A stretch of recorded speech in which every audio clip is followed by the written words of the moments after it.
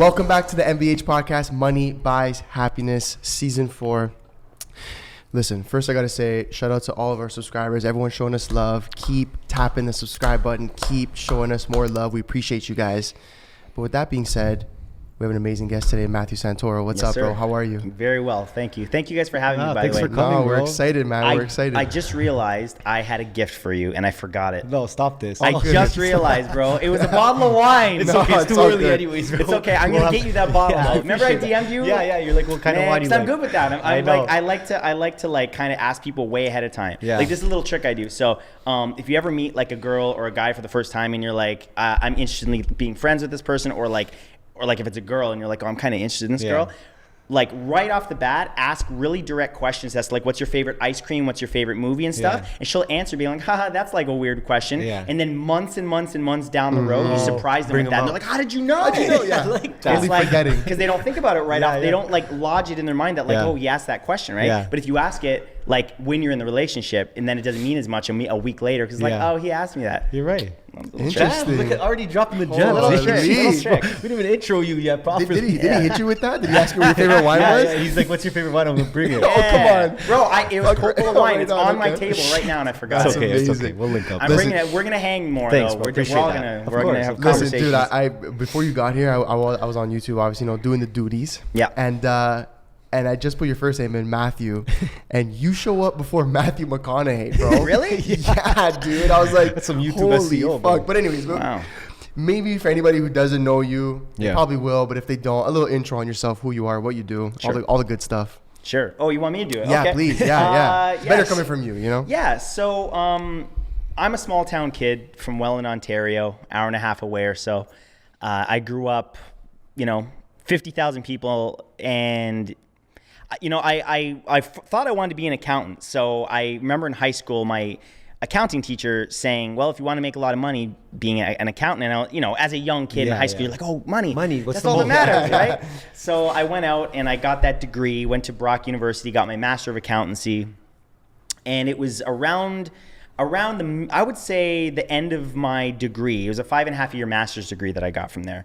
And it was around that time that I discovered YouTube personalities. Now, I had known about YouTube since around 2007. Okay. YouTube started in 2006, I believe. That's pretty early. Yeah. It actually started as a dating site. A lot of people don't know that. Wow. Oh, yeah. shit, But okay. you can actually go to the Wayback Time Machine. You familiar with that website? No. Yeah, so it's an internet archive. Okay. So you can go back and look at the original versions of any page on the internet at any time in history. Wayback Archive. Check it out. We're going to drop that. Yeah, it's dope. But so I discovered YouTube, and I was actually recording like parties and random things on like my Sony little point and shoot, because it had like HD video, and that was a big deal back then. So I was recording parties and stuff, and I remember one time I was at a house party and I was recording people playing like beer pong.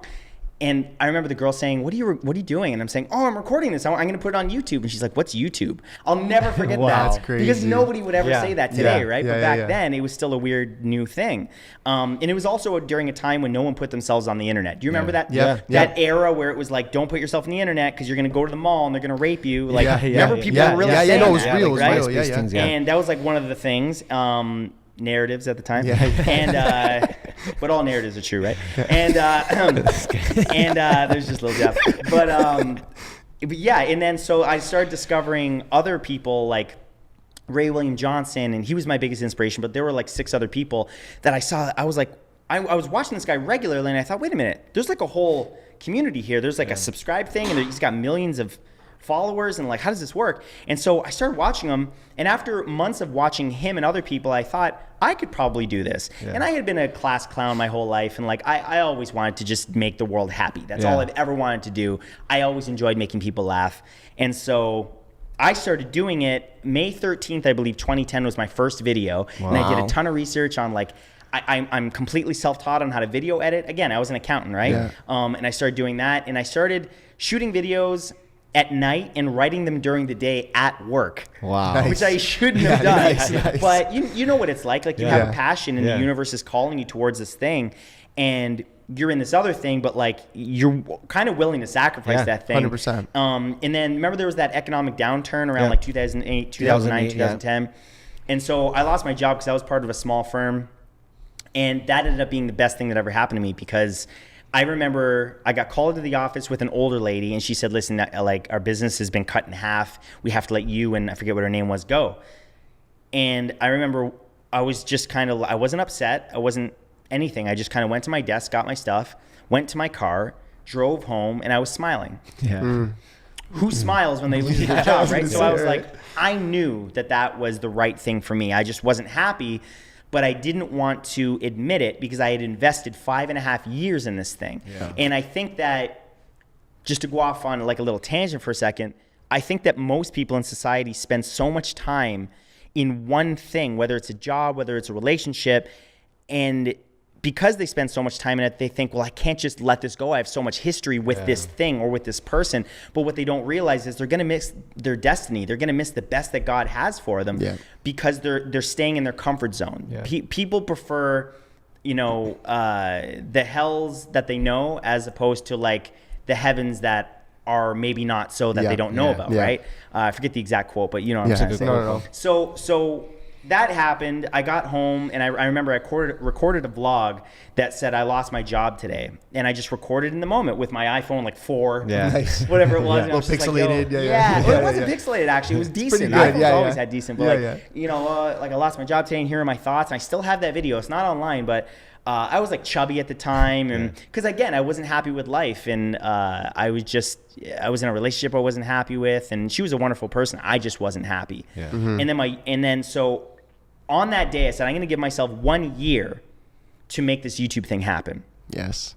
And if after 1 year it doesn't happen, then I'll start considering other things. But I knew I would never go back into accounting just because I was like, yo, this is an opportunity. Like, this is the universe not being any more clear about, like, you're not supposed to be doing this. Like, I'm removing this from you. Like, you weren't going to quit. You're not fired. You're laid off. We're just gonna take it away you're from fired. you. I'm going to take that away. So Amazing.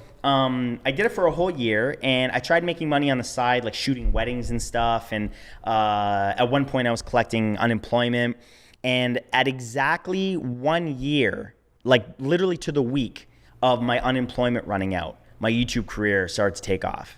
Wow. Crazy. Yeah, and that was. What does that entail? I don't know if that was manifestation. I don't know what that was, but I think that was the universe saying, if you stick this out long enough, you're going in the right direction. Just go for it. So I did it.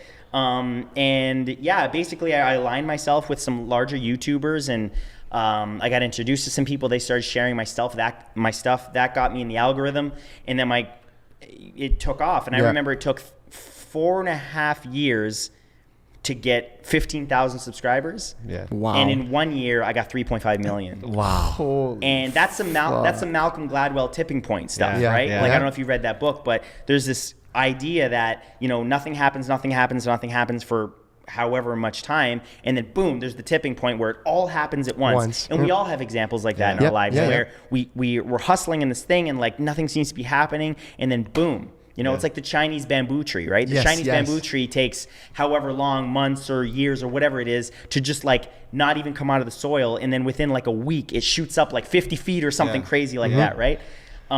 So that's pretty much my story. And then I've been doing that full time for the last 6 years. And then recently, I just decided YouTube just wasn't for me anymore. I feel like I've gotten all that I can out of that platform. And my viewership has been down, and for the longest time I blamed a lot of stuff for that. I blamed like the algorithm or like this or that. And what I realized was no, it's all 100% me. 100% of, now this is like, okay, this is a controversial thing I'm going to say, but this is what I honestly believe. 100% of the problems in our lives can be handled by us, and to some degree are caused by us. Because here's the thing. Again, some people might say, well, what about environmental things or like socioeconomic, this and that? I don't believe that anything in life can actually hold you back unless you allow it to. Dude. I don't believe in victim mentality. Yes, I never love has. that, I bro. think the biggest problem in our world right now is victim mentality. Number one biggest problem. Fear and victim mentality. And there are certain groups that are being told that you're a victim and you will always be a victim and believe that. And there's certain people that are believing that. And I think that that's so insidious because it's under the guise of like, well, we're trying to help or whatever, but I just don't buy that. There's so many examples examples of people that came from the mud, from something that, you know, poverty or whatever, and they should have been, for all intents and purposes, based on their situation, a nobody and suffered for the rest of their lives, but they made it. And there's so many people that have had that example. Eminem came from a trailer park. Like Oprah, if you know her story, oh my God, like you know her story, right? Jay-Z, same shit. Everybody, all the biggest people, I shouldn't say all of them, but a huge amount of them came from that. I agree with you, bro, with the whole victim mentality thing. I preached that to my sister like a couple days ago. I'm like, she's like, she has an Instagram page and it's blowing up, and she's like, yeah, but like this and this. I'm like, dude, shut up. I'm like, you have success. Stop playing the victim. Like, why do you keep holding yourself back? Like, just push through, no victim mentality, whatever. I agree with that anyways. Because I already like you, dude. And, That's already like, I'm like, it's my guy. I'm saying the same shit as you all the time. We're gonna hang more after this. We just met, but I can already tell you're my people. But you know, I think the reason for victim mentality in this world, and I've done a lot of meditating on this, is that it makes you different. It makes you stand out. By saying I'm a victim, you get a lot of love, you get a lot of attention, and it satisfies your ego. Yeah. But at the end of the day, it does nothing to help you, because you're putting so much energy into this ego identity of I'm the victim, I always will be the victim. And again, this goes for anybody. It doesn't matter your race, it doesn't matter your gender or whatever, right? Like this goes for anybody. Yeah. You put so much energy into that, and some people perpetuate it so much that they're not putting effort into getting out of their circumstance, right? Yeah. You can either they're embracing their circumstance. Exactly. As much as a lot of people are saying they don't want their circumstance, they're embracing it because, again, it's the known hell to, like, who will I be if I let this go? Right? I know this and I'm comfortable in this hellish situation. I have like an identity here. I have an identity here. Who will I be if I let that go? I step out of it. And that's the biggest problem we have in the world is people are either Democrat or they're Republican, or they're liberal or they're conservative, or they're this or they're that, or they're a vaxxer or they're an anti-vaxxer. It's like all of these things are ego identities. But I feel like this has really picked up in the last, I'd say, let's say 5 years. Right. Because I feel like before that, it wasn't really like, I'm part of this group and I'm part of that group. It's really, really, really picked up in the last 5 years, and especially the last 2 years. But I blame mainstream. There's a reason for that, though. The reason for that, I mean, the reason, like, what's causing it is what we have in the world, which is, you know, the mainstream media pushing a lot of false narratives, but we also have, more importantly, social media, which creates a echo chamber, right? Because Facebook wants you to be on Facebook as long as possible, and Twitter does too. So they're going to show you more and more of what you already believe, and so that creates it galvanizes your ego identity, right? But from a spiritual perspective, the reason that so much of this is happening is because the collective egoic madness of the world is getting worse and worse and worse. And mental health problems are on the rise like never before. Crazy. And so because of these situations, people are just, there's a lot of suffering happening in the world, right? But that being said, suffering is not an inherently bad thing. Like the Buddha said that all enlightenment comes from suffering. It comes from being in so much pain or so much anguish that you just kind of, you wake up. Like you literally wake up. The dream becomes too painful. The dream becomes a nightmare. And what happens when you're in a nightmare? Your body wakes you up. It's true. So the same thing is true in the spiritual realm. Damn, bro. But am I dropping gems right now? I don't mean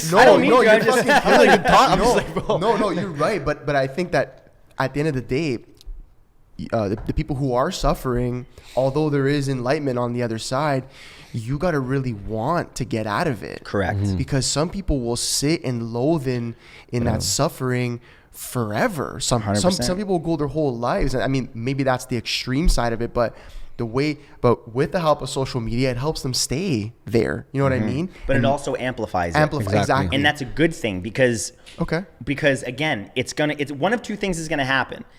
Either you're literally going to go insane or something worse, or you're going to wake up. And so it's one or the other. And that's why, like, if you look at like the world, there's an awakening happening. There's people that are on this side of the graph and there's people on this side of the graph, and these people there's fractioning. We're fractioning off into those that are waking up to a lot of the lies that are being told in the world right now, especially right now more than ever. And there are those that are still asleep, and we have to have compassion for those people. Yep. Because very true.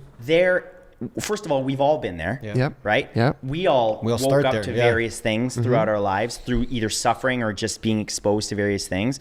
And those people simply aren't ready yet, and that's okay. And that's all right, because you can't force those people to do that. Human beings aren't built to be preached to. There's a reason that people are turning away from religion and stuff. Yeah. Religion isn't inherently bad. It was meant to be an understanding of the teachings of Christ or Buddha or Lao Tzu or all of these people, right? But what ends up happening is people try to understand it from a human perspective and then preach it, and then that's when people get turned off, because people don't like to be told, hey, this is what you should be doing. And it's the same thing, right? We can go to our family members, we can go to our friends and say, hey, this is what the mainstream media is saying, or this is what social media is saying, but like, here is hard evidence that this is a lie. Yeah. But it doesn't matter, because they're not ready for it. They don't want to be told. They're just not ready for it. You know what I'm saying? Their consciousness is still in a sort of like an infantile stage. It's like trying to give a baby whole food. It's like, eat this. It's like, no, I want baby food. You know what I mean? Right? It's true. It's going to push it away. It's not ready for it yet. And that's okay. And I'm not comparing these people to babies, but you get the point I'm saying. It's like their consciousness is in an infantile state. Correct. And and again, I've been there. That's why I can say that, because I know we've all been there, right? We've all woken up, especially over the pandemic and things like that, to various truths. I'm curious. I mean, I had so many questions about your YouTube career and whatnot, but now I have different questions. We're going. We'll get there, but we'll get to those. Ask but I have different questions. You're obviously a very spiritual dude. We kind of spoke briefly about it off cam. Yeah. I'm seeing the tats.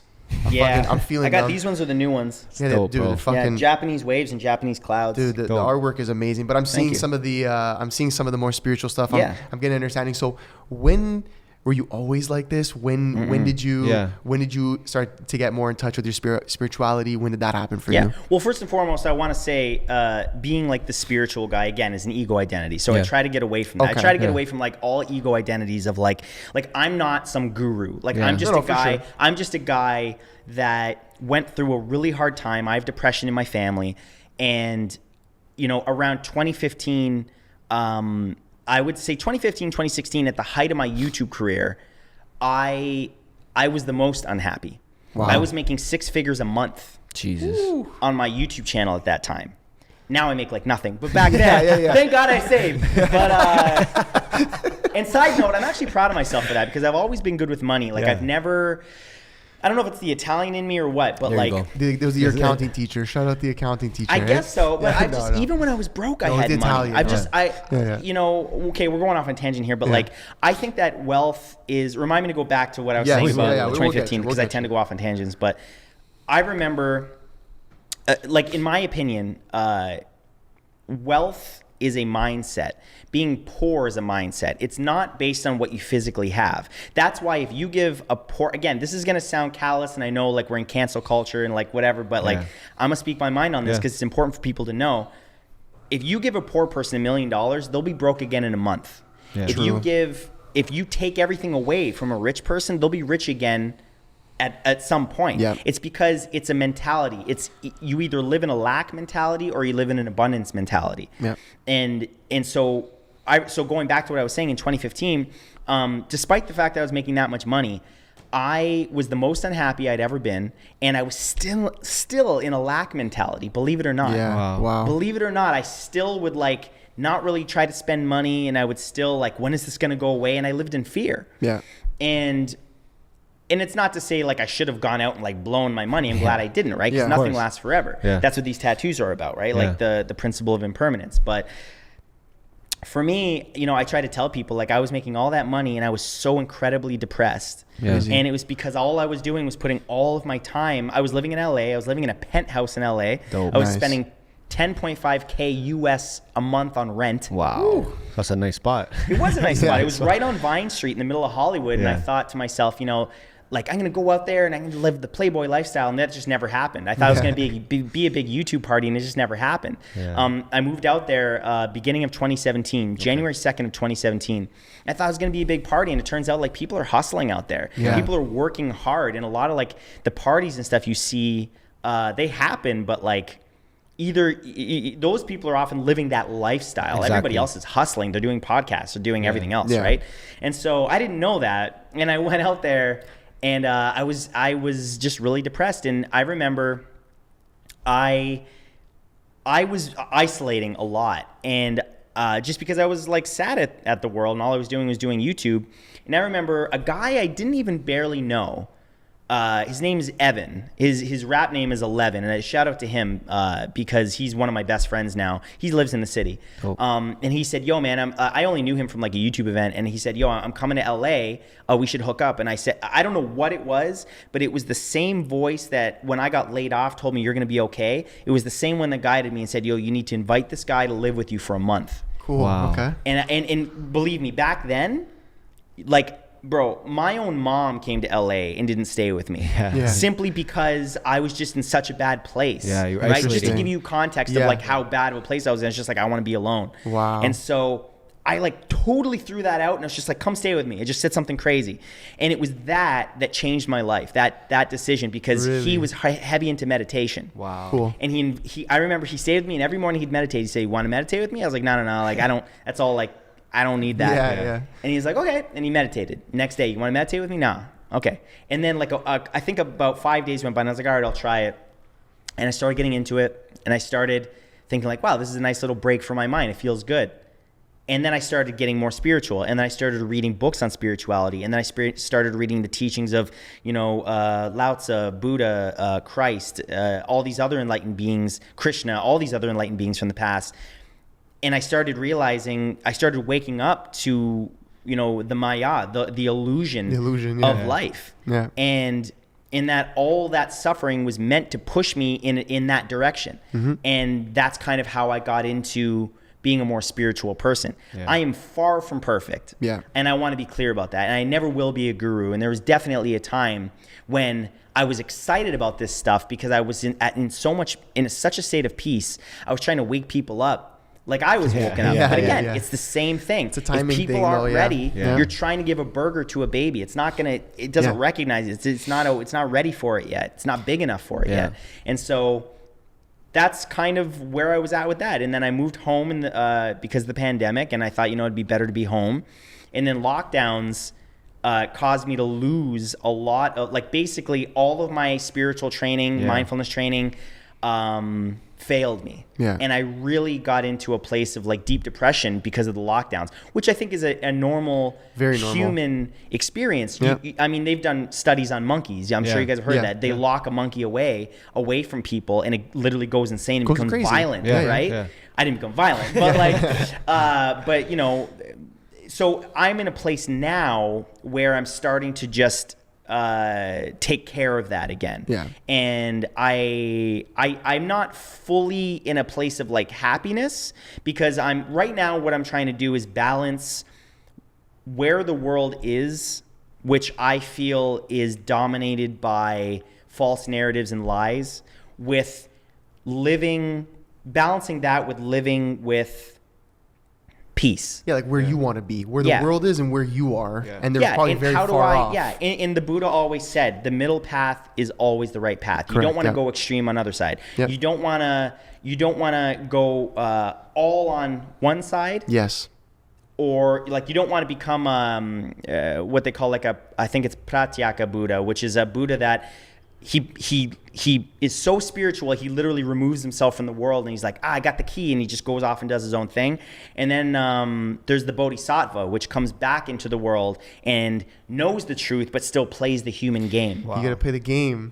I was Right. having this conversation with someone yesterday, and he's like, with a buddy of mine, he's like, I can't go on social media, and I can't do this shit, all the false narratives, blah, blah, blah, all this stuff. And I'm like, dude, I get that. I understand it. But there's a level of like, you have to play the game, or else you're going to be stuck in like a depression almost. Like you have to know what's going on in the world and look around you, but play the fucking game. You have to, or else you're going to be stuck in this bubble that you're in, and you're never going to want to come out and be in this whole depressed state. Like you said, the lockdowns and what's happening is really driving people crazy. But I have a question about when you said like you felt like you had to become some sort of guru and teach people and wake people up in some sort of way, because you were kind of excited about it, right? You were like, I feel something new, I want to tell people about it, right? Is that what you were feeling? Yeah, I didn't feel like I had to become that. Yeah. I felt like You could. I found out what a bodhisattva was, and I was like, oh my God, like I think I could be that for the world.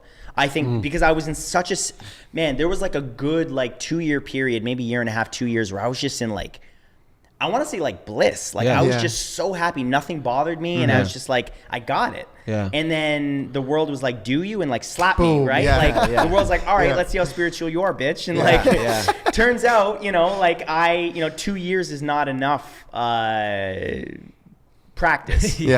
Especially when but I mean, you know, like the lockdowns and the pandemic, like it doesn't get a whole lot heavier than that. Like that's about as heavy as it gets without, you know, anything else. Well, but when I first started meditating, like ask these guys, I was going to them like, bro, start meditating right now. I'm like going to my mom, like start meditating right now, right? But there came a point where it's like, yo, I can't make people do this. But there was also another side of me that's like, you should tell them though, because like, what if you don't tell them, no one else will tell them. So it was like a battle, right? Where it's like, so did you come across that at all? Or did you say like, I'm just going to keep this inside, I'm not going to tell anyone? No, I was heavy on it on social media. Like I converted literally my social media to like spiritual quotes and like trying to be like a position in it, like a source of happiness for people. But looking back on it, when I look at it, when somebody does that, it's difficult because you know, I have a friend named Jay Shetty. I don't know if you guys know Jay Shetty. Of course. So Jay is the master at this. He takes timeless truths from thousands of years ago that were discovered by these enlightened beings, and he turns them, he converts them into everyday language. Nice, modern day, I didn't have that skill. So I was talking to people using the phrases used thousands of years ago. Like and Buddha, like, and like using like, you know, talking about Christ and stuff. And people are like, oh, you're Christian. I'm like, no. You can be a follower of Christ and not be Christian. Like, just like you can follow the teachings of the Buddha and not be a Buddhist. Like, that's why I've got spiritual symbols from several religions, and it's not even about the religions. It's actually paying homage to those enlightened beings of the past that have tried to show us a better way, and they got destroyed for it, killed, right? Because there's so many times in history that we can point to where people try to wake people up, and they are disturbing the official narrative, and they get either killed for it or demonized for it. Correct. And, you know, like Martin Luther King, like he tried to wake people up to like, yo, we're all equal. And then he got killed for it because that wasn't the official narrative, right? Correct. And that upsets a certain group of people, and they're going to make sure, you know. So I see that happening now with many different things. But, you know, whatever your stance is on whether you're vaccinated, whether you're not, whether you're pro this or not, or, you know, pro that, whatever, we need to come to a point in society where we understand that we're all humans just having a human experience. We're all just trying to figure this thing out. And we need to give room to let people have the experience that they're having. And I feel like we're not doing that right now. And we're taking rights away from people, and we're going down a very dangerous road in this country right now, where there's this narrative that, like, you know, the unvaccinated, for example, are hurting other people.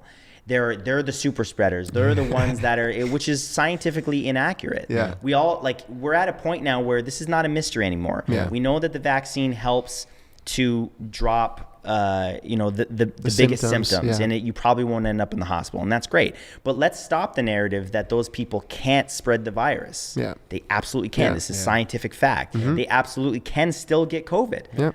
So this idea that this is a pandemic of the unvaccinated, that is just an absolute falsehood. It's a straight and I up don't lie. understand why people are parodying the media and saying that, because I don't even know why the media is saying it, because it's simply untrue. Well, we kind of know why they're saying it, right? There's well, it depends how deep you want to get. I'm trying to stay surface level. We won't go that PC deep about this. Oh, we know why. We know why. We know why. We won't go that deep. Dean knows why too. The one thing, and just kind of bouncing quickly off what you were saying was, it's tough because of course you want to play the game, right? And know where you're at. But at the same time, like inherently, if you're a good human being and you have everyone's interests in mind, right? Like you almost feel compelled to say something to some extent. Now, whether some people are going extreme and blasting every day on social media, or whether you're throwing your little hints in here or there on a podcast, right? You know what I mean? It's just like, but you if you care about people and you have that inherent good inside of you, you want to speak up, you want to say something, right? Or at least to be like, hey, maybe look at it like this. But here's the problem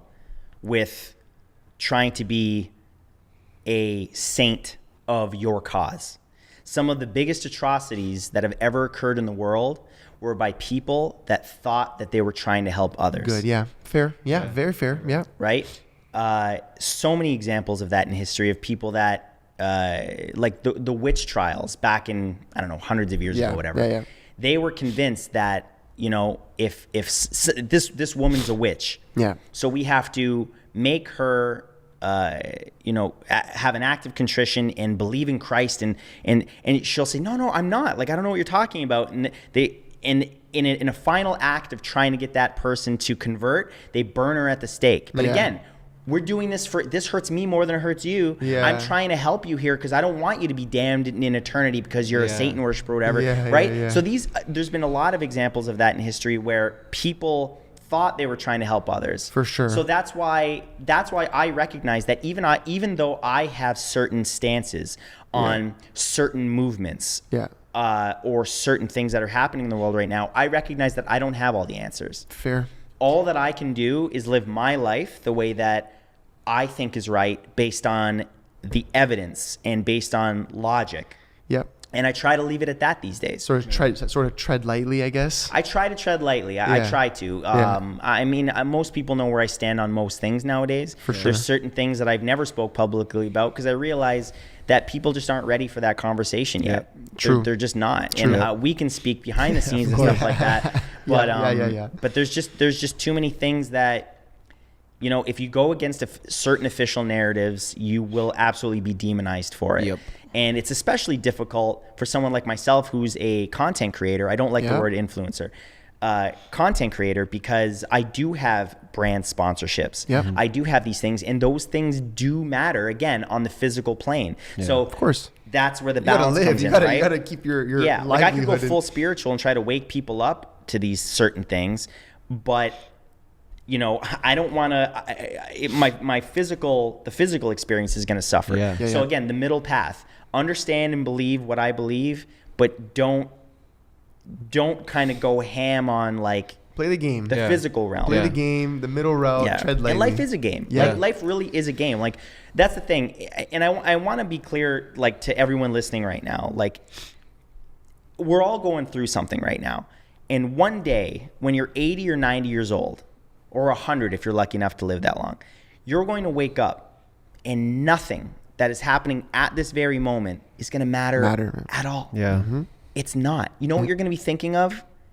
On your deathbed, you're going to be thinking of your loved ones. You're going to be thinking of what was my net impact on this world. Correct. You're not going to be worried about what the current beef is online. You're not going to be worried about, well, what are people saying about me on Twitter? You're not going to worry about any of that. True. And then when you die and you're reunited with God, and I have the perspective that we are all, you know, the billions of masks of God. I believe that we are an incarnation of God or the universe or love or good energy, whatever term you want to use. I believe that we're an incarnation of that's here trying to entertain ourselves as God. So we have literally fallen asleep and forgot that we are God. And then when we die, we wake up and go, whoa, what a wild ride that was. Like I was so, oh my God, that's hilarious. I was worried about that thing. Like that doesn't even matter. It was all a dream, right? And it kind of makes sense. Like if you were an omniscient being that had unlimited time and unlimited power, you might get a little bored. For sure. So imagine sort of breaking yourself off into the human experience, forgetting that you're God, and just seeing how deep into the dream you can go. You can get, While, you know, how deep into the ocean you can go, forgetting that what you really are before sort of coming back. So you're saying we're a piece of God just in a skin suit, Yeah. Just playing the game of life. Nice. We are. Yeah. This is all a game, and that's not Yeah. to say that the vicissitudes of life don't matter. There's always going to be difficult times that Yes. happen. Yes. And we're having a human experience. We need to. I'm not saying we should ignore all that, but understand that in the end, this is all a dream. Yeah. This is all It's true. Maya. It's all an illusion. Okay, so listen. I know. Hold on, I want to ask a question Yeah, too, because please. you Yeah, said yeah. when you came back during pandemic, you kind of lost your sense of spirituality, maybe a little bit. It's not that I lost it. What my friend Evan and I call we went too deep in the sauce. Okay. That's just Yeah. the term that we use. We went too deep in like the rabbit hole of like, wait a minute, like they're saying this on the media, but like, wait, is that true? Oh my God, it's not true. Wait, there's even more behind it, and then you go down this rabbit hole. Never ending, yeah. It's dangerous. Yeah. It's Yeah. dangerous It can because get very dangerous. How did you snap out of it? Was it someone telling you? Was it you realizing yourself maybe like No. too deep? Well, honestly, a big part of it is having people in my life that keep me in check. Nice. That, like, again, my friend Evan, he'll text me and he'll say, hey, bro, this thing you just posted, like, you're in the sauce. Like, I'm just letting you know, like, I got to wake you up. Like, you're That's deep in the amazing. sauce right Yeah, now. yeah, It's yeah. like, oh, damn. Like, yeah, okay. And because I trust him because and we do that for each other. Like, he'll post something and I'll be like, bro, we're gonna have a bro moment. This is you're dipping into the sauce pretty heavy right now, and that's just the term we use. It's just like a funny term. Yeah. But that's one way. But the other is like just feel. I go a lot off of what I feel. Our feelings are a tool. Yeah. When you don't feel good about something, we don't pay attention to it, but that is a major sign that what you're doing might not be good for you. Yeah. True. Very Right. true. Yeah. But we ignore those things. We ignore the feelings of like, well, if I post this, I got a bad feeling. Like it could, but like I got to wake people up. But like I got this bad feeling, but I'm going to ignore it because I know better and I got to post this thing. Yeah. That's what happens a lot in the world right now. And I'm just over all that. And I'm just at a point now where my concern is I don't want us to turn into Australia. Yeah. In terms of the country that I love. Yeah. Yes. I don't recognize Canada anymore. I don't recognize the country that I once loved. Yes. And there are even people in my family that call, like when I say things like that, they're like, you're being dramatic. It's like people's rights being taken away. And you can call this dramatic if you want, but not allowing certain groups of people to fly or go on trains Or work. or Or go to a restaurant. or do all of these things like this. Make no mistake, this is a segregated society. Yep. Correct. And I know that has a lot of weight to that Absolutely. word, right? Yep, because of the racism in the past. And I understand that and I'm sympathetic to that. 100%. But if you look up the definition of the word segregation or to segregate, it simply means separating groups of people. That is the dictionary definition. Yeah. And that is literally what we're living in right now. Correct. And that's a scary thought that we've even gotten to this point.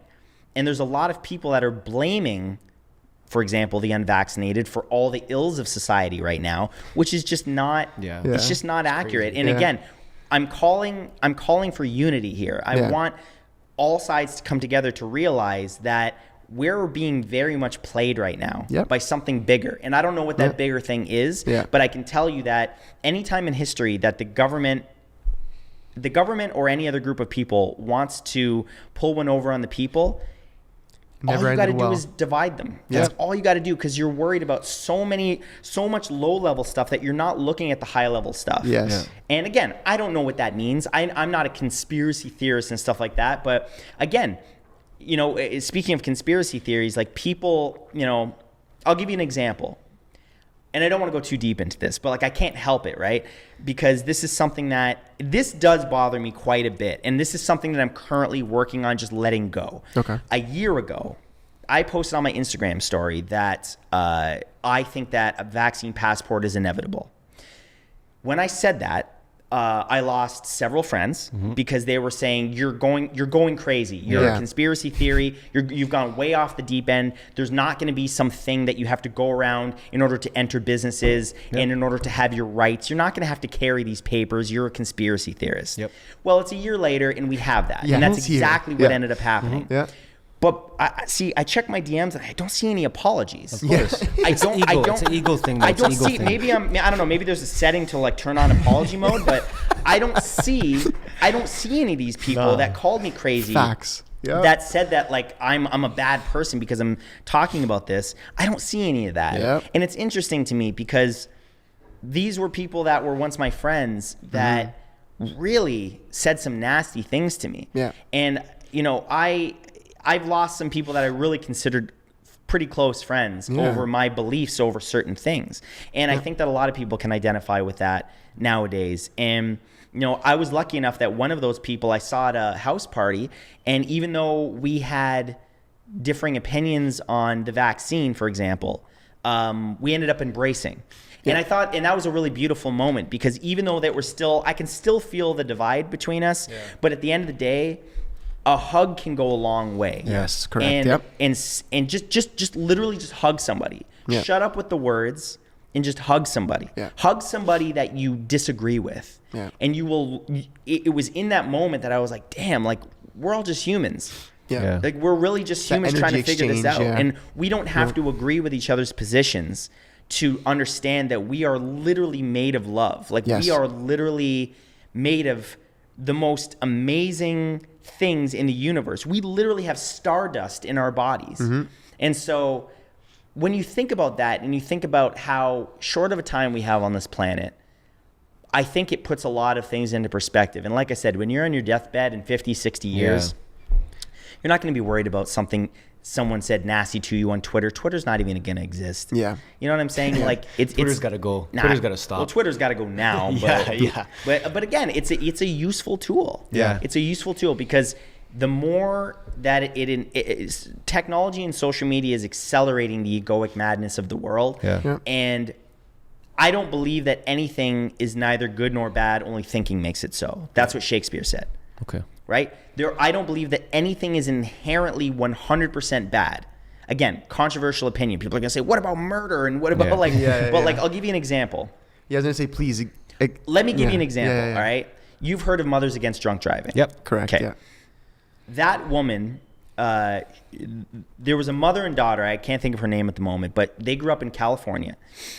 One day, the daughter was walking home from church. She got struck by a drunk driver and died.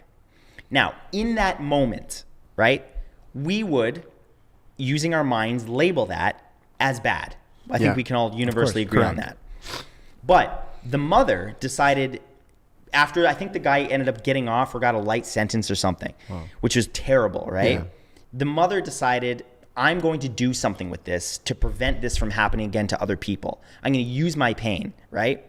Mothers Against Drunk Driving was founded out of that event. Mothers Against Drunk, you see where I'm going with this? Mothers Against Drunk Driving has saved hundreds of thousands of people from drunk driving accidents and gotten help for those that need it. Knowing that, can you truly say that that little girl's death was 100% bad? I would say no. And that's not to be callous. I have all the sympathy in the world. I couldn't imagine what it's like to lose a daughter or a son or anything like that.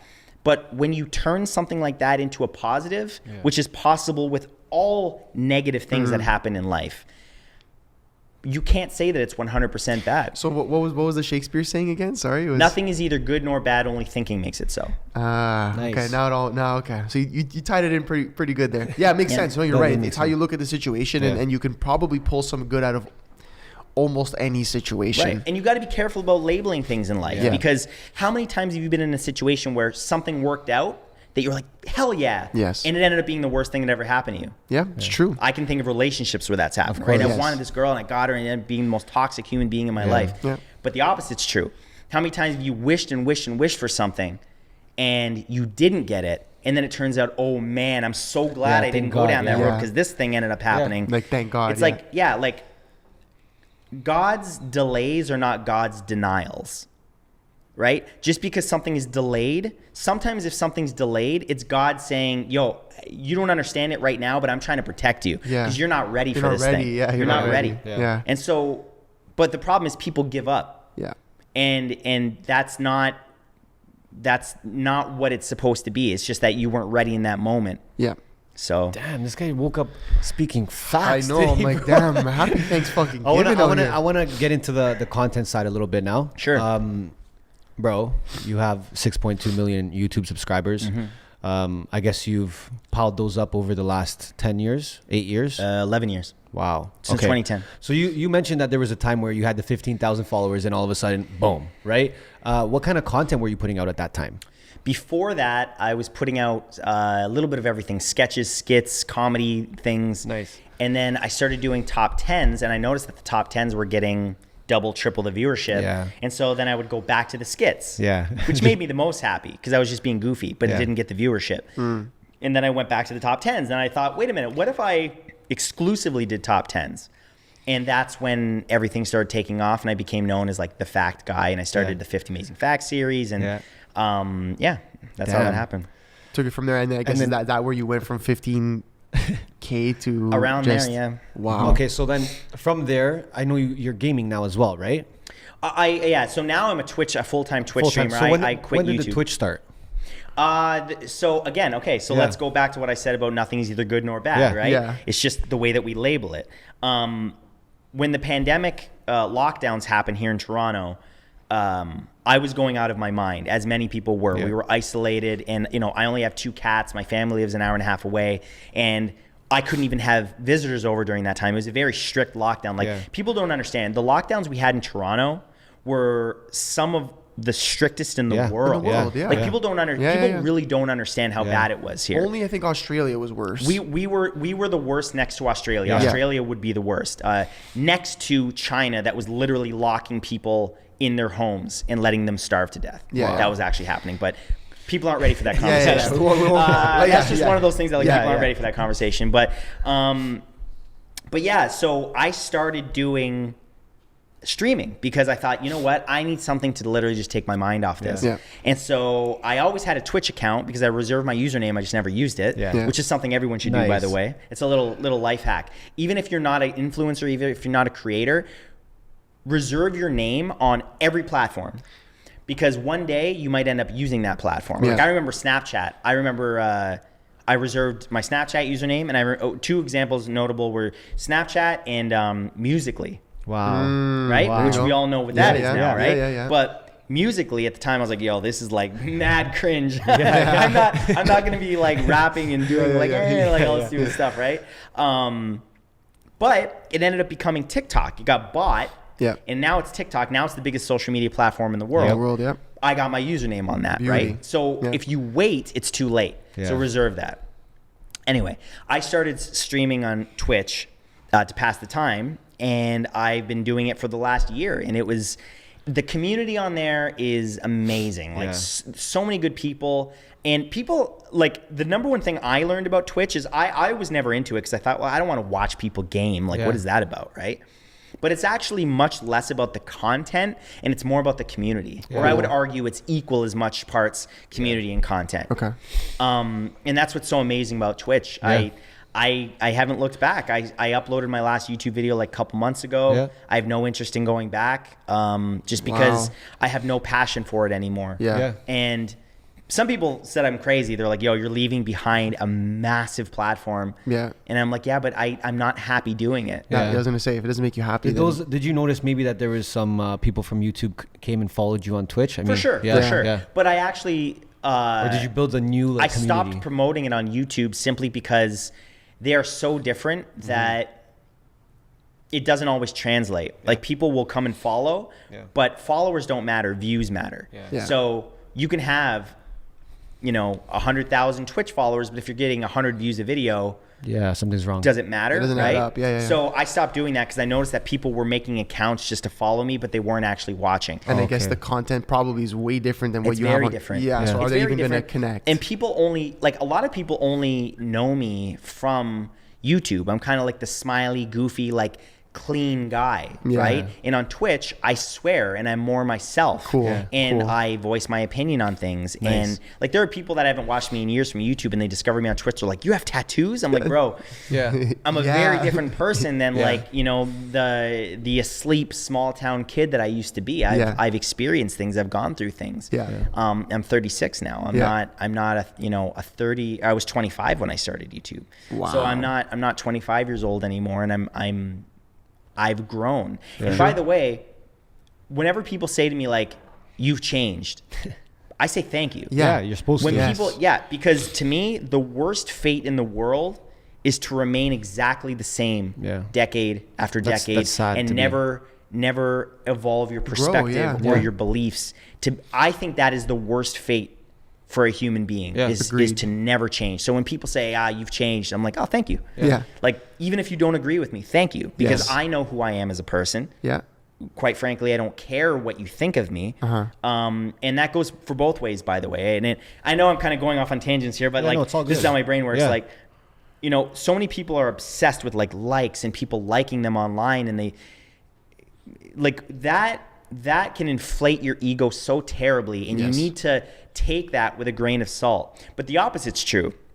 When people hate you or they dislike you or you've done something that they don't like or whatever, like, criticism is one thing, but if people are just hating on you for the sake of hating on you, you need to not take that personally and understand, again, grain of salt. It's like, whether you like me or you don't like me, that doesn't change my value as a human. My value comes from my creator. Yes.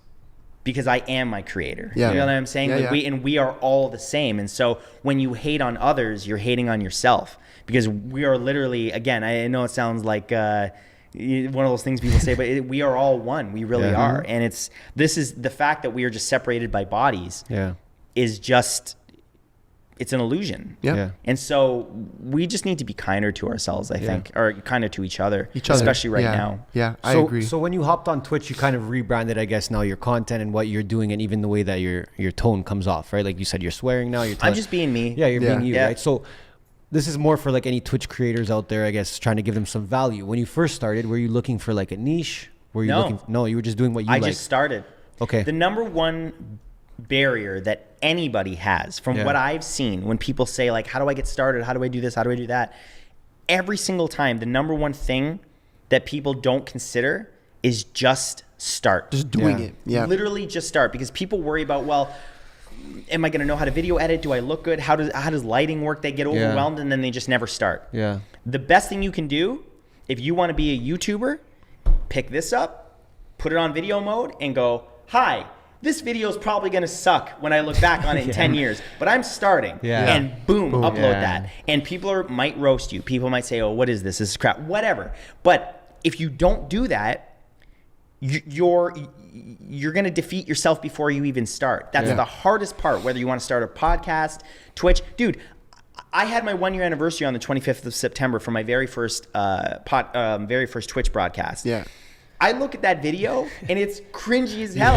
I was streaming on my Mac. You can't stream games on a Mac. Are you aware of like how terrible Apple products are for gaming? They're not made for that. Apple, I'm an Apple guy, everything, right? Like no disrespect to Apple at all. I've got friends that work at Apple, and I love Apple products, and I use them for everything. Apple TV, Mac, boom, boom, boom, boom, iPhone, iPad. But when it comes to gaming, it's not, PCs are just superior, period. This is just the way it is. Because Macs have limitations. So when I look back on it, there was so much like finagling I had to do to like make sure the audio was working and this and that. And the point I'm trying to get to is I look back on that and I love it. Because it's the same thing with my very first YouTube video. I didn't know what color correction was. Everything was orange and the editing wasn't that great and stuff. But that's the whole point, is you look back on it nostalgically and you say, wow, look at where I'm at now and look at where I was. And that's the same thing with life. You know, when people try to remind you of your mistakes, sorry, by the way, that I always go into I can't help but go into the spirit. I can't, because I like balance. I like talking about like the tangible side of things, but then the spiritual side. And the spiritual side is like, when people try to bring up the mistakes you made in the past, if you've changed, it's like, that's their problem at that point. If you've made mistakes in the past and you're like, I don't look at it that way anymore. We live in a world now where that is not celebrated. We should be celebrating people that say, hey, I used to be a terrible racist, let's say, right? But I've changed my mind, and I recognize that was horrible behavior.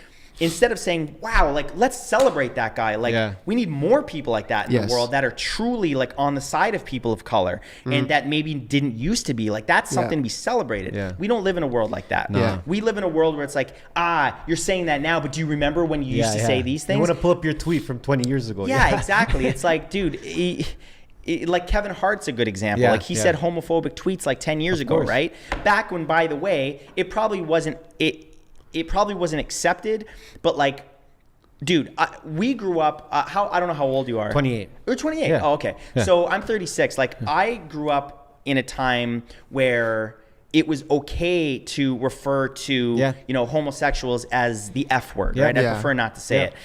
Like that was one thing. That was like an 80s, 90s thing. Yeah. But also, it was okay to say things like, "Oh, that's gay." Yeah. You know what I'm talking about. No, I had that too. And it wasn't, I had that as a kid too. Yeah, it was that was the time, right? Yes.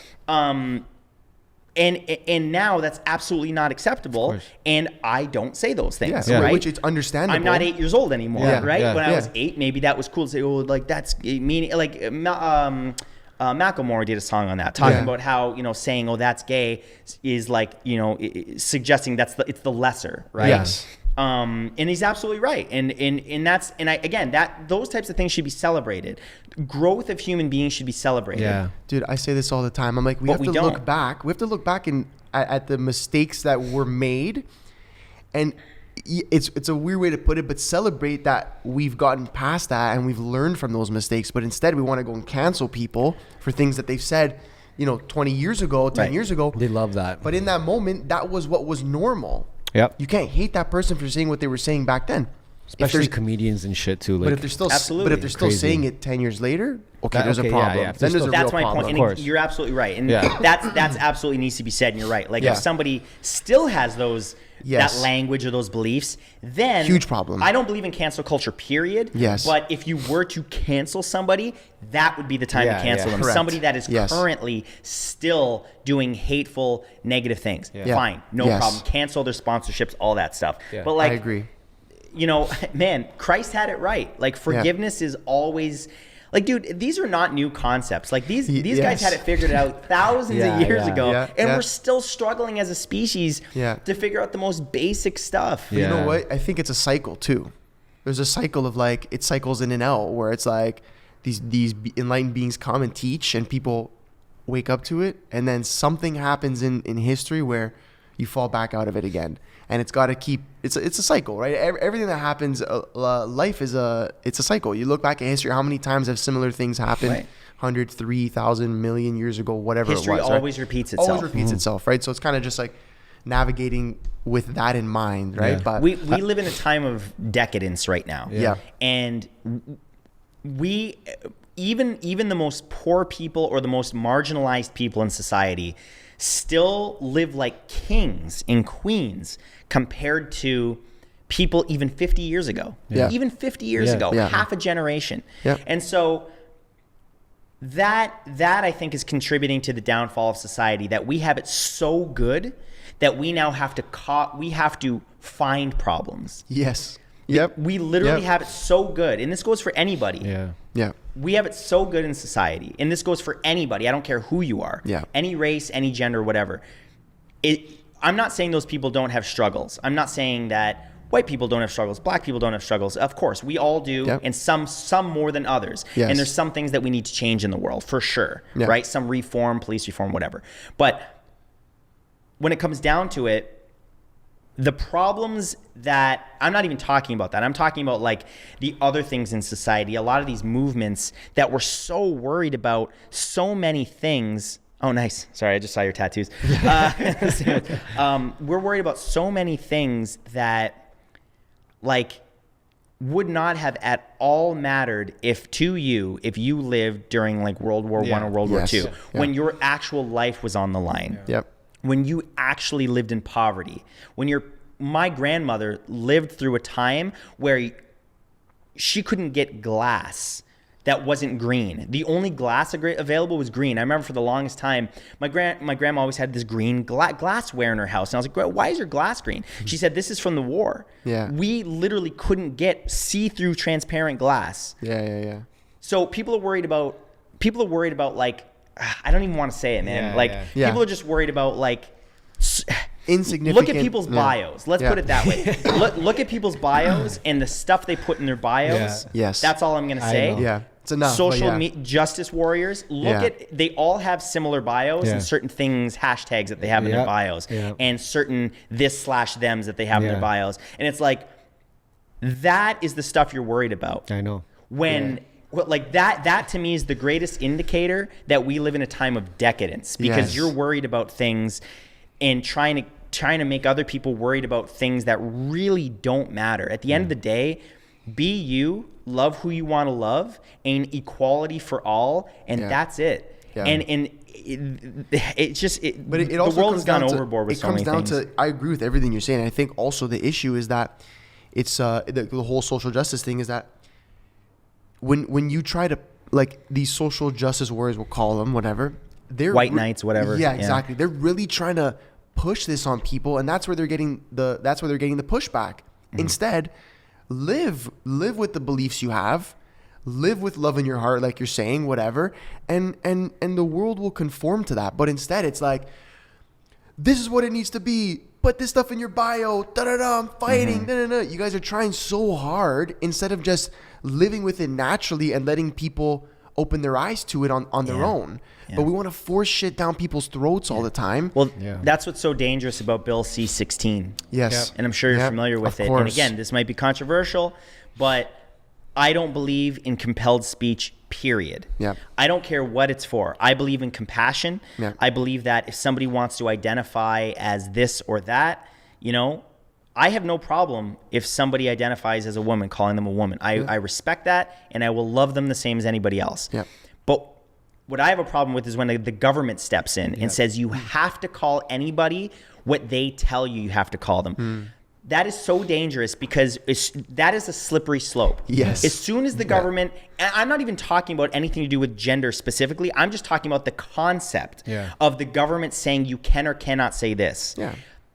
Speech. Freedom it's so unbelievably dangerous, because now that the government has passed that, now they've opened the door. Now they can do whatever they want. And that's why Trudeau was able to pass that bill in the middle of the night that most people aren't even aware of. I forget what the name of the bill is, but basically it limits what you can say on social media. They haven't used it yet, but it's now law. The government can actually control any of the posts that you put up that they disagree with.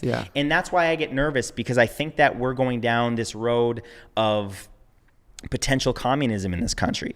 It worries me, because we're already socialist, and look what's happening in Australia. It's like, dude, people got to wake up, man, before it's too late. Like, before we become Australia, where people are getting arrested on the street for not wearing a mask, and like, dude, it's a very scary time. But again, if you want to make change, the best thing you can do is find your peace first. Find your peace, and then once you're in a state of peace and understanding and calm, then you can use that energy to change the world in a positive way. But if you come at it from a place of anger, all that you're going to do is galvanize the people that have already made up their minds. True.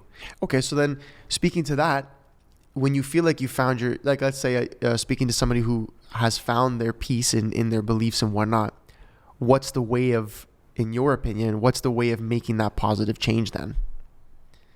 Are you asking how do people change the world?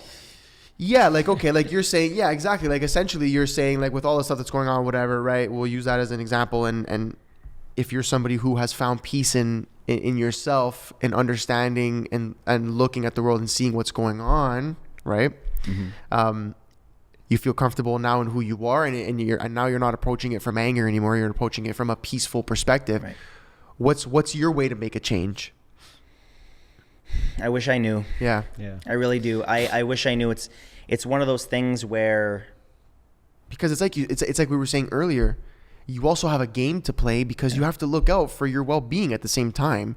You can't you can't go around saving people. You can't go around saving everybody when that's gonna take food off your plate, right? Or off your table, right? So it's like, that's where people have the tough time. I think that's the game. Well, that's the fucking. That's where the game. That's the fucking. And that's game. the game of life. The game of life is balance. Can you balance your beliefs? And speaking your truth. And the truth. With your peace. And I think that that's the ultimate game of life, especially right now. Well, you know what? Like, again, like you said, where I'll agree with what you said was speaking your truth. That portion, I think, is the big piece, right? Whatever. Here's my opinion on it. Whatever you believe in, you should be allowed to speak. Right. Whether I agree with it or not, we have to protect people's rights to speak their truth. And I think that is with this bill C-16, bill C-10, all those bills that they're trying to put in place. That's what they're attacking.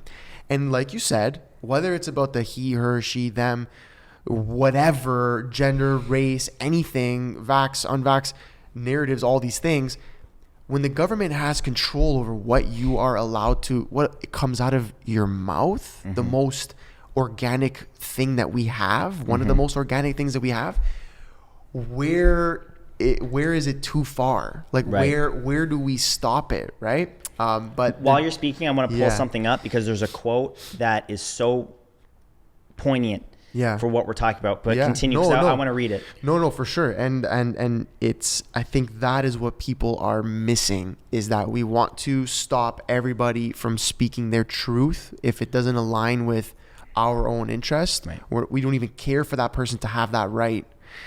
But again, like you said, if we just go maybe 50, 80, 100 years back in time, when we stopped a certain group of people from speaking, look what came out of it. Yeah. Right?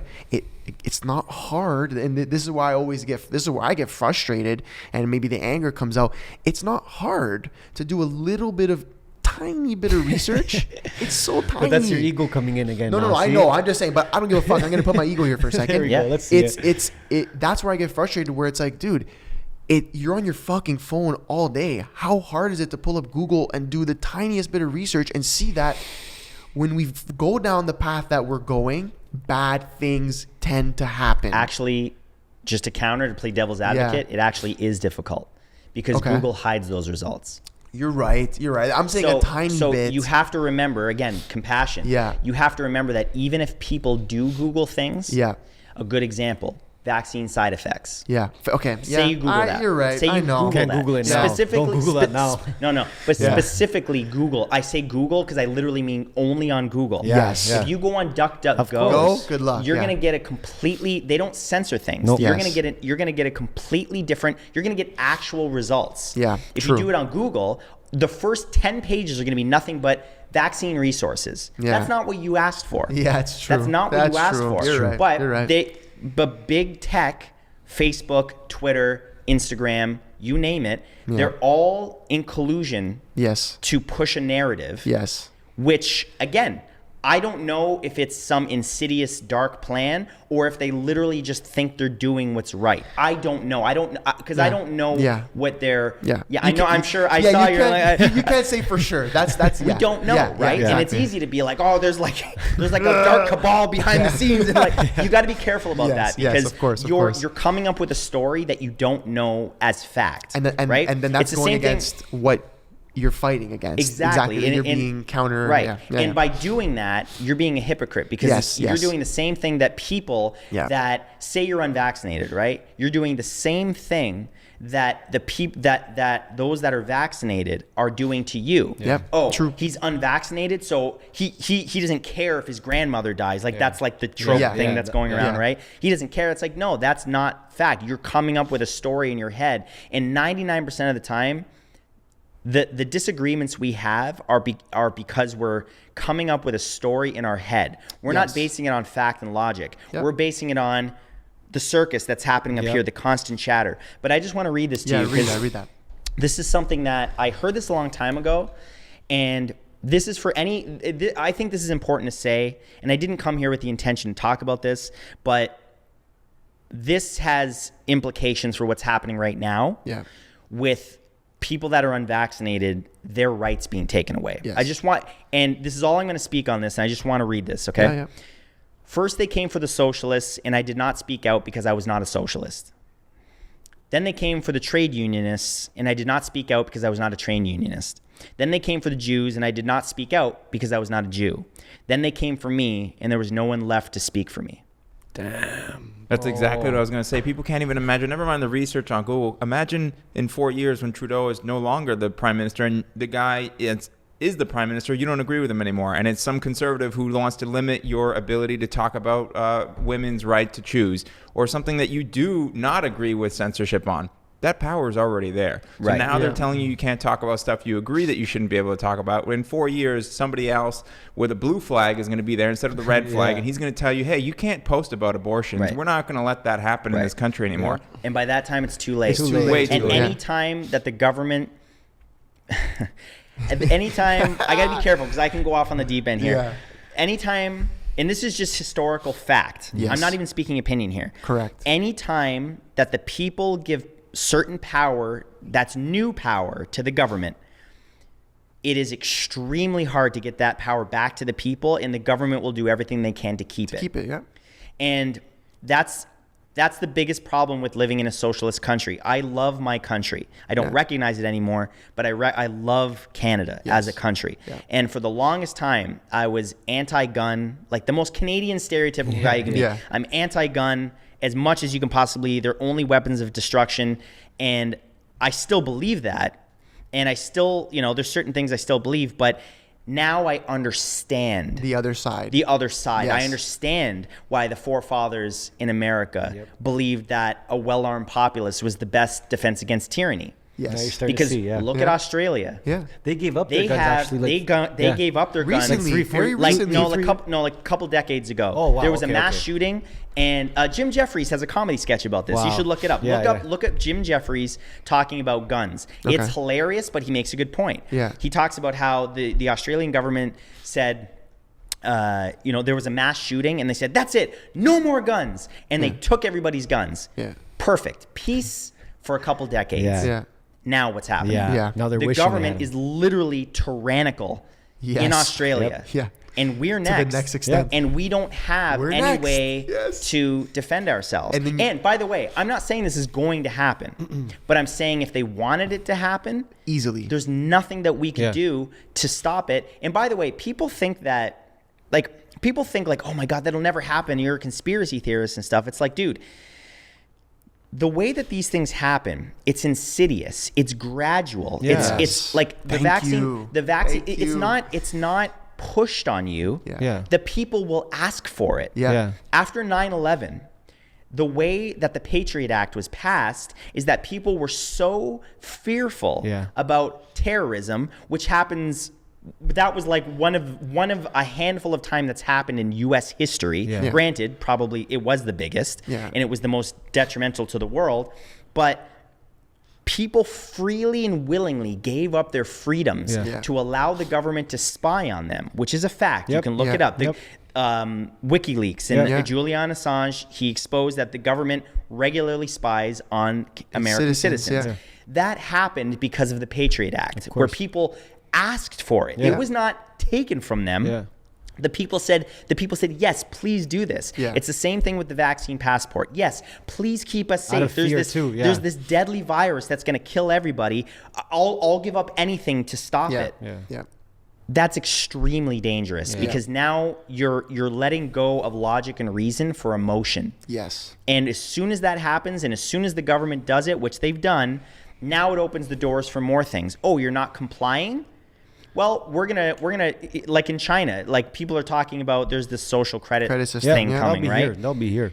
Well, here's the thing: the day could come, and again, people might crap on me for this, the same way they crapped on the thing I said a year passports, ago, yeah. Let 'em right? crap, though. And by the way, I hope this doesn't happen. And Yeah. do I think it's going to happen? I actually don't think it's going to happen, but There's a there's a chance, and Yeah. the door's open to some sort of system where the government can say, you're not complying, we're going to turn off your bank account for 24 hours to teach you a lesson. Or, oh, you've posted something that is not part of the narrative. Your social credit score goes down. Now you're going to have a hard time getting a loan. Yeah. Yeah. Like, these things are happening now. We just don't have it in an official system, Yeah. right? Like, the government is making it as hard as possible for those that are unvaccinated to do anything. to do anything. Yeah. Your freedoms are largely gone. Yeah. You can't travel. Yeah. And again, it's a difficult topic to talk about because I feel like people are so at odds about specifically the vaccine and the virus and things like that. I can't think in 36 years of my life of a more contentious topic where people are going to be like, oh, like riled up and stuff. That's not the purpose of bringing any of this up. And if anyone's watching, take a deep breath. Literally take a deep breath at this moment, because you might be breathing very shallow right now, because I just noticed I was.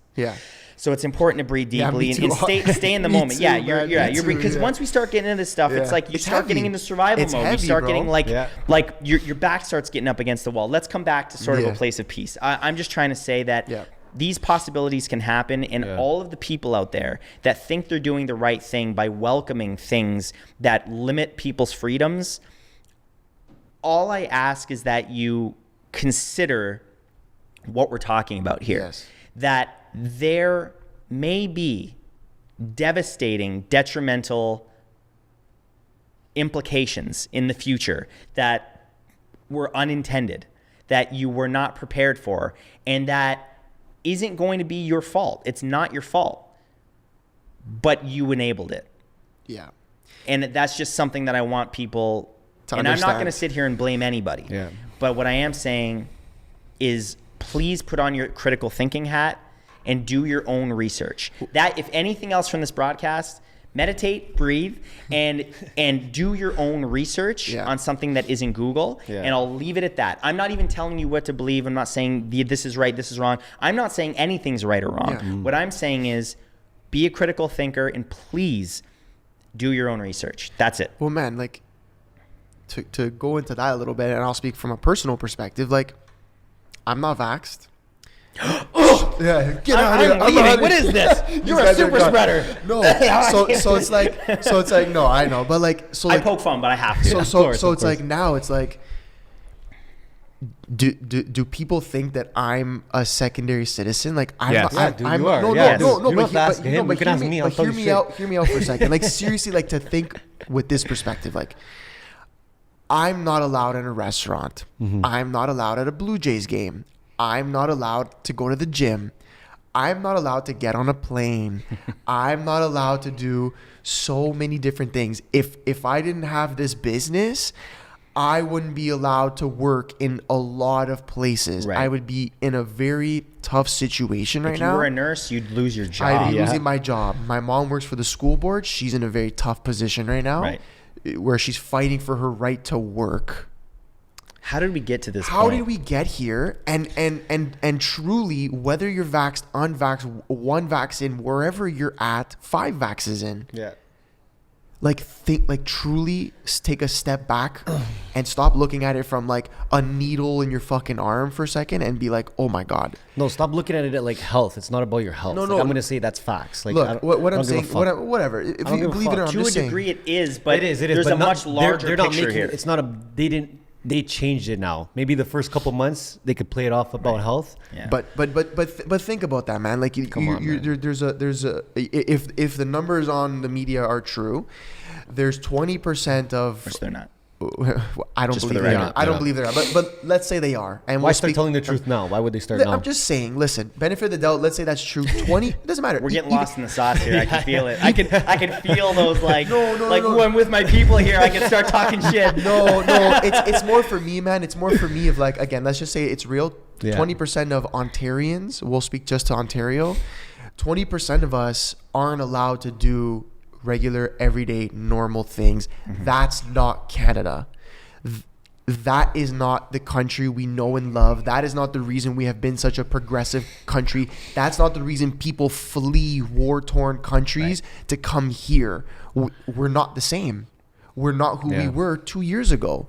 And that's back to the critical thinking, like you're saying, really taking what I just said about me not being able, and it's not about me, it's about the 20% of Ontarians, just because they didn't take a needle that they weren't comfortable with, something they didn't feel comfortable with. For various reasons, by the way. Some that have very good reasons. 100%. Listen, anyone's reason for not wanting to take it is a good reason. It's a valid reason. So for those people, like, really think like, we're second-class citizens. We're not. We don't have the same rights as you, and that is scary, and that's not right. And that's as far as I want to get into it. Like, what's really scary about what you just said is that it goes deeper than that, because now you have people like the prime minister of our country that leads the tone of the country saying we're losing patience with the unvaccinated as if we're doing something to the country, which it's not scientifically based at all. As everyone knows, this is scientific fact. Okay, this is not some controversial thing.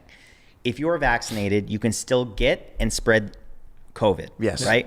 That's not anything controversial. You can look that up. Right. So to say that, to suggest somehow that those of us that are unvaccinated are causing the woes of society and everything would just go back to normal if everyone would just comply is simply a bold-faced lie. It is a deep, insidious lie that's separating the country. And for the leader of the country to say that, to be spewing and that, the fact that people reelected this guy, that's when I lost knew faith. I never lose faith. But I knew that was going to be the outcome. Because we all did. Because again, I don't know why I compare this, but it's similar in thought process, different situations. But when 9/11 happened, Bush fumbled that whole thing. Like he didn't handle it well, right? And he got reelected. He could have done the worst things, but the reason he got reelected is because during times of turmoil and uncertainty and fear, people want certainty. And what's more certain than just reelecting the person that's already in office? Because, it's going to be hard for him to tackle this virus. It's going to be even harder for some new guy to come in. Again, it's the devil you know against the devil you don't know. You're better off going with the guy that's already let's just handle this thing with the guy we got. But what people don't realize is he's not. Anyway, I don't want to get into that, but I've met Trudeau. Wow. I have a picture with him on my Instagram. Wow. Oh, shit, okay. I met him at I think it was We Day or something like that.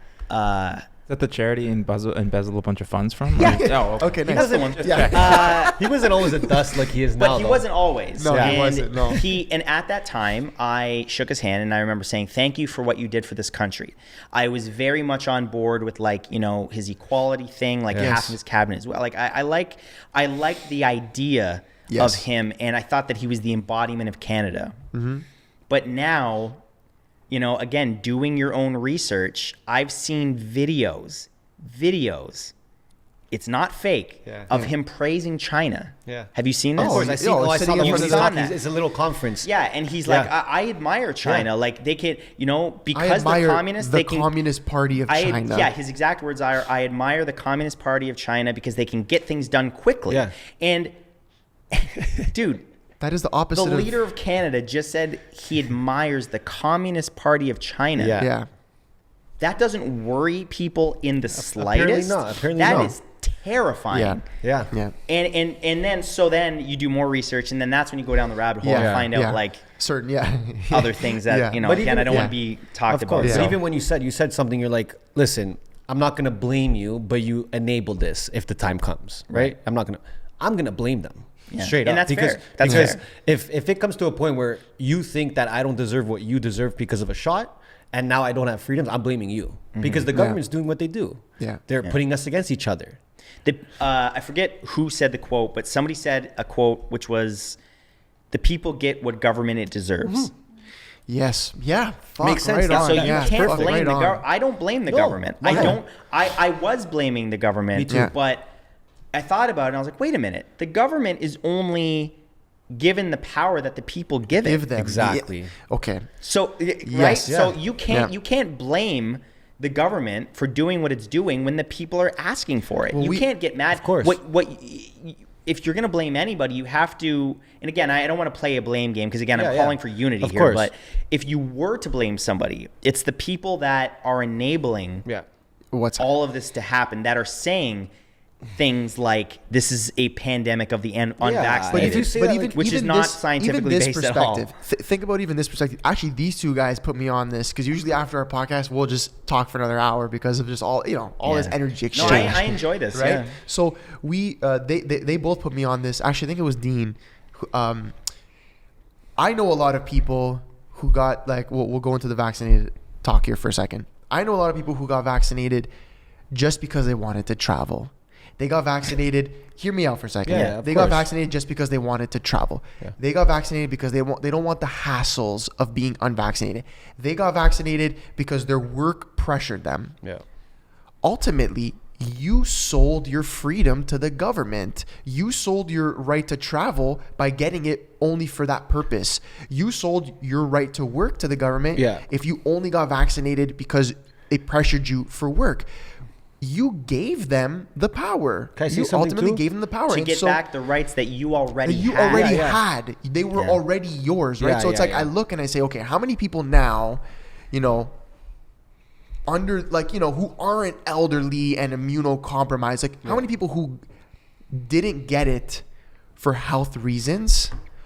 That's probably a massive number. I can't put a number on it because I don't know, and I'm not going to make one up. But I can imagine, based on the people that I know, and I have a pretty decent sized network, I'd say about 90% of them, and they're not very old, right? They're around my age, 25, 30, even 40. They weren't scared of dying from COVID. They were just getting it for work, travel, blah, blah, blah, whatever. Ultimately, like you were saying, you guys have enabled it. You guys have sold our freedoms. And enough of you have done it where now they were able to implement these passports. And now, again, not to play the blame game, but because of you guys, I can't eat at a fucking restaurant. It's okay. They won't too in 6 months, like every 6-7 months. Well, so is that what you wanted to I say? can count on one hand how many people I know got the vaccine because they were scared of COVID. Yeah. Like Can I just read a quote from Benjamin Franklin quick? 'Cause it Yeah. goes with- Talk Hit me to with me, it, Benny. dude. Those who would give up essential liberty to purchase temporary safety deserve neither liberty nor safety. That's facts. Boom. That's facts. And I mean, he was one of the most brilliant leaders Ever. in history, Ever. right? Take Yeah. it from him, no? It's just wild to me how much things can change in a year and a half and how quickly people forget what life actually is. Yeah. Like, again, forgot. this might be controversial, but I'm going to say something that I don't feel is controversial and that I think is just facts. There are no such things as anti-maskers. Yeah. There are maskers. Yes. We weren't born with a mask on. We lived our entire lives catching viruses, some worse than others. But this idea that there are anti-maskers, that's not a thing. Yeah. There are maskers, right? We start from the premise of not breathing normally without a mask, Yeah. right? That's just human nature. That's nature. Yeah. Right? Then you put a mask on. That's a masker, and Yeah. that's fine. Yeah. But stop calling people that live the first 34 years of their life, or if you're 60, the first 58 years of your life, without a mask on. I never looked at an it that way. anti-masker. Yeah. That's It's- amazing. That's Yeah. not a thing. Yeah. It's Yeah. not You're a fucking real. masker. Yeah, you're a It's masker. it's one of these things that the government or the media, it's one of those taglines. Yeah. Yes. Anti-maskers protest. Because it's a quick, It's an easy one. digestible Yeah. line. Yeah. Yes. And then that ends up seeping into the consciousness of our people. population. Yes, of course. And now it's just easier to label people as anti-maskers. Of course. The Yeah. same way that it's easier to call somebody that doesn't want to get the vaccine an anti-vaxxer. Yeah. Yeah. No, you're not an anti-vaxxer. I bet you were given all your vaccines at birth. Maybe Yeah, you weren't. for Maybe sure. maybe Yeah. you were. Maybe you weren't. But I can tell you right now, whether or not I get the vaccine is completely separate from my stance on getting every other vaccine. I can Correct. tell you this: when I have a kid, first of all, I'm fully vaccinated on all the normal shit. Yeah. Yeah, yeah. Measles. all that that's stuff. one, Of course. yeah. Because we had to when we Yeah. were young. Yeah. And if we weren't, I would still get those things. Yeah. Because I trust those. They Yeah. are decades proven. And if there were kinks, I'm sure they work them out, and Yeah. I trust them. Yeah. You can't put those in the same category Yeah. Completely as different. something that some people might argue was rushed out in 8 months. Yeah. It doesn't make you an anti-vaxxer because you don't want to get this vaccine. Yeah. It makes you somebody that's doing something right for their body. And you can be two things at once. You can be pro time tested all the other vaccines Yeah. and not pro this. Yeah. Yeah. Doesn't make you a bad person. Doesn't make you a super spreader. It just makes you You. It That's makes not you what the doing TV you. says. Yeah. You know what Yeah, I mean. well, and then there's the other, another, quickly, I won't go too deep, but there's another thing that I noticed, that a lot of the people who want to push the vaccine, and the ones who would call you and I anti-vaxxers, are also the same people who are pro-choice when it comes to women's rights. Yeah. Their body, their choice. Nobody else should have, a say on that. Right.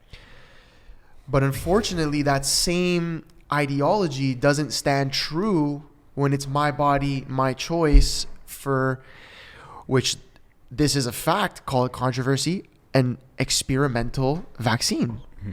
So that's another thing that I can't wrap my head around, because how can you be so pro-choice and so against, what Texas just put into place in their law that their abortion law they just put into place?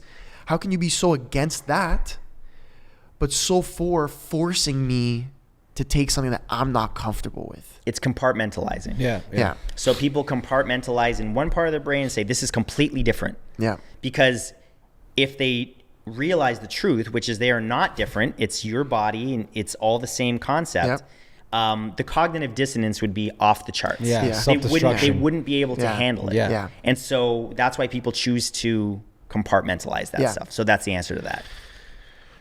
It's big Heavy question stuff. time, though. Heavy stuff. Listen, before we go too deep into this, we are the MBH podcast. Money buys happiness. Yep. What do you think of the term? What do you think when the term is said? What comes to mind? What are your thoughts on it? Well, I already told you, right? Yeah. I already told you. When I was, money's a tool. Yeah.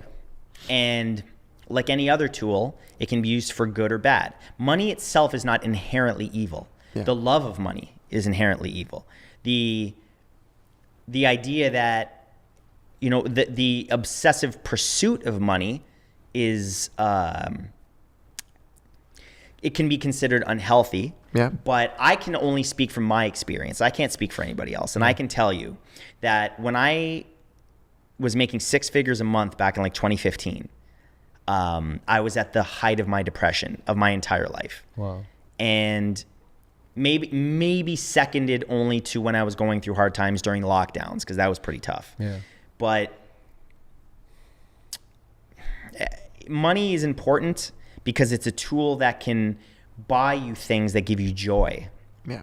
But money in and of itself, take it from someone that every month saw 6 figures roll into their bank account, and all it became was just, at the end of the day, it's just numbers on In the a bank internet account, yeah. in an app. crazy. Yeah. It's not a tangible thing. Yeah. You can't hug money. You can't. It's not going to buy you love and things of that nature. And so, definitely stay on your hustle. Yeah. Definitely try to get that bag all day, every day. That's what I'm doing. That's what you guys are doing, and everybody should do that. I believe absolutely in ambition. It is critical to the human species. We have to be moving forward, or we're going to die. Yeah.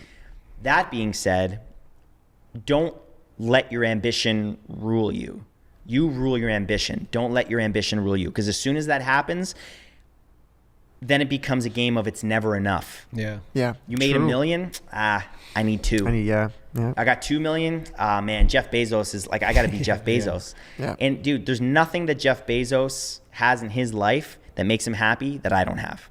I can tell you that. Yeah. Boom. Damn. Fuck. It's facts. It's true. Jeez. I've true. met Bill Gates. Come Wow. on. I've met Bill Gates. Bro, I've met people. Holy fuck. Who do you think I am? dude. No, I'm just playing. Bro. I'm playing. No, I'm just a small town kid. Did you meet Bill But- Gates though? Yeah. Oh, that's I got a dope. picture with him. That's unreal. Yeah.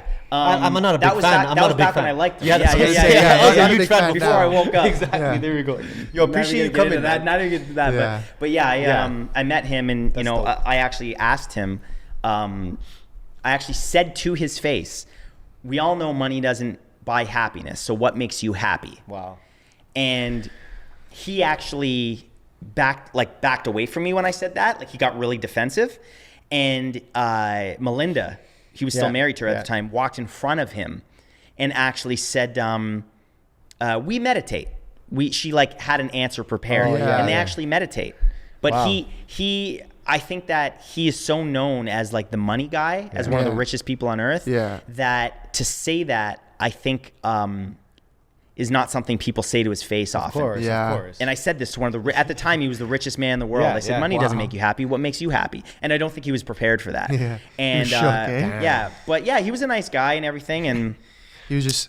He was just scheming. Yeah, I was gonna say. he was just He scheming. didn't want to tell you it was real. Yo, Matt, where can everyone find you Yeah. online if they want to check you out? Just honestly, the best place is probably MatthewSantoro.com. It's Cool. just a link tree Beauty. thing. We'll throw it up, and you yeah. can just, all the links are there. It's the simplest thing. You just click it. But primarily, I do have a YouTube channel. I've got almost 1,000 videos on there. Lots of cool, fun, clean entertainment. Nice. And if you want a little bit more of me Yeah. and like just me having fun with an amazing community, playing games, Dope. chatting, and just, having a good time. That's the Twitch thing, twitch.tv/Matthew Santoro, but it's all on the MatthewSantoro.com. Unreal, Amazing. bro. We're gonna have you back for some vino too, though, one day. Bro, I would love to come back soon because this is 100%. Yeah. to be honest with you guys, sometimes I get nervous doing stuff like this because I didn't know you guys, Yeah. right? Yeah. And so Yeah. you don't know what you're walking into. course, yeah, And for sure. as somebody that has done lots of interviews, sometimes people try to get that aha moment. You know what I'm talking Yeah, about. Of course. And that's happened with some of the big news stations Of here in Toronto. course. And so I just want to say I appreciate you guys inviting me here. I'm very grateful for the opportunity. And I'm grateful for just a real no BS conversation. And, maybe we enlightened a couple people Yeah, here definitely, and there. So. definitely. No, man, we appreciate you coming and being as open as you were. I know we said we weren't going to say some of the things we said, but we got into it because it's just a real convo. Right. And like you said, and I think that these things need to be talked Yeah, about. Yeah. we do. And Yeah. I don't think that we should shy away from the word vaccine Yeah. or Yeah. vaccinated. Yeah. That's only further creating a divide. Yes. We need to come together and say, look, I am, you're not, or vice versa. Let's still have a conversation. Yep. And let me try to understand your side. Yes. Because we live in a very, the Democrats are crazy and I'm right, or Yeah. the Republicans are crazy, Yeah. or whatever you are. It's like these people, we all need to come together and just have a conversation about, let me try to understand your side. I'm not saying I agree with it, but at the end of the day, if you truly believe what you believe, you're going to be able to have a conversation with Yes. somebody from the other side Yeah. Correct. because their beliefs don't shake your beliefs. Yeah. And that's something that people need to think about listening to this right now. If you're not willing to listen to what somebody has to say that's unvaccinated and you're vaccinated, just as an example, Yeah.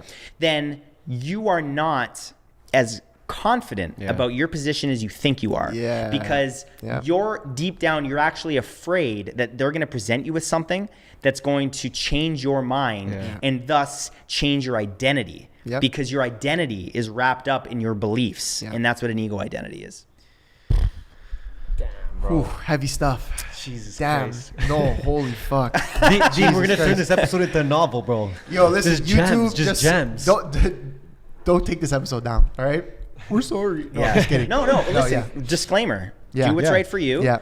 If the vaccine's right for you, get the vaccine. Yeah. Nobody here has said don't do anything. Yes. Of course. Not once in this, Yeah. not once during this podcast have we said anything that is harmful to anybody. What we're saying is do what's right for your body. Yeah.